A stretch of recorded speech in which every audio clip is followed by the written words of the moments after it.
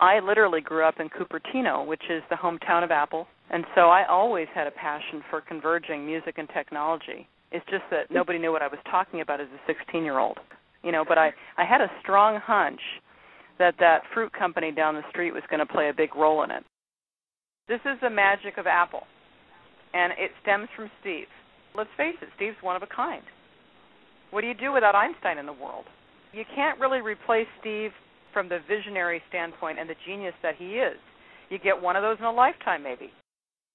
If you're at Apple for a very long time, it's unlike any other company in the world. The only thing I can compare it to is a sorority or fraternity at a college. I worked with colleagues, hundreds of them, over that 10-year period, and even if I don't see some of them for 10 years, when we reconnect, we pick right up where we left off because we share the same DNA. And it's just very hard to explain if you haven't been on the inside. I could call Truck or Mark Benioff if I never even had knew who they were. They didn't know me.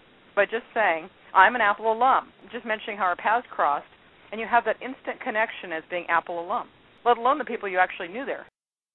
There's two sides of that DNA coin.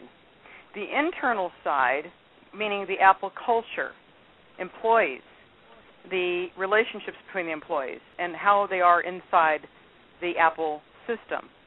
For example, temporarily, Apple tried out an MBA program, a full-blown 2.5-year MBA program, not the 3-week summer thing that some schools do.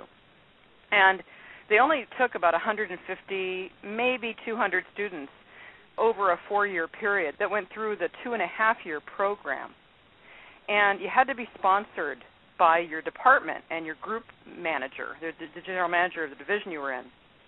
And I was one such lucky person that got to go through that program, completely paid for on Apple's time and Apple's dime. On Apple's campus, the teachers came to us, and we were given time off from work to go get our MBA, each week for 2.5 years.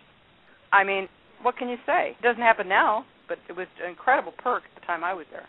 John Scully said when we graduated, he said, you guys are going to go out in the valley and become each other's best advocates no matter where your careers take you for the rest of your lives. And I thought, oh, my God, he's just paid for us to go through this MBA program, and he's encouraging us to leave. But I didn't have foresight to understand what he meant. Now I have the hindsight to understand that. And then there's the DNA that extends to the outside, specifically with customers, and how the commitment to excellence and easy-to-use products that are intuitive and operate like the brain does, that kind of DNA that extends to the stores and the simplicity and the beauty and the elegance of the marketing and the stores themselves and the way you feel warm and fuzzy about Apple. People feel good about using Apple products. They're well built. They're well designed. The whole experience of engaging with the stores and the marketing campaigns leaves people feeling cared for in an integrated system. And that's the kind of thing that just doesn't exist outside of Apple. I'll never forget the one time when we had Motley Crue come and perform at the Apple campus at lunch. We had a little stage out where people would play Frisbee and have lunch and stuff, and that's where they played. They were big Mac fans, as almost any artist was and is. This was a big part of my work there, which I loved so much, was to be involved with these high-powered people and film studios and record studios, recording studios that were all pivoting around the Macintosh. It's a mindset as much as anything else, is what I'm trying to say. It's the indoctrination of Steve to the people that are now running the company and people like myself who are still close enough to be able to carry the flame.